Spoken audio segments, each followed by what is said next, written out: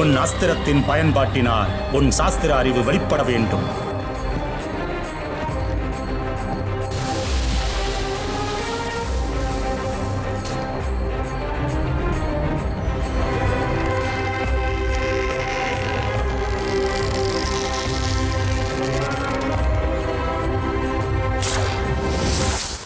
மண்ணை தோண்டுங்கள், பாதி துண்டு அதற்குள் இருக்கும்.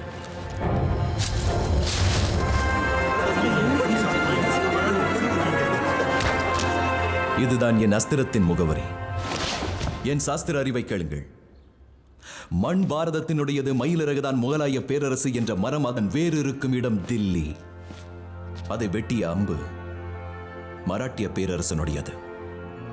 வேரை துண்டித்தால் போதும், மிகப்பெரிய மரத்தையே வீழ்த்தி விடலாம். உன் சிந்தனையை கண்டு மெச்சினேன் பேஷ்வா.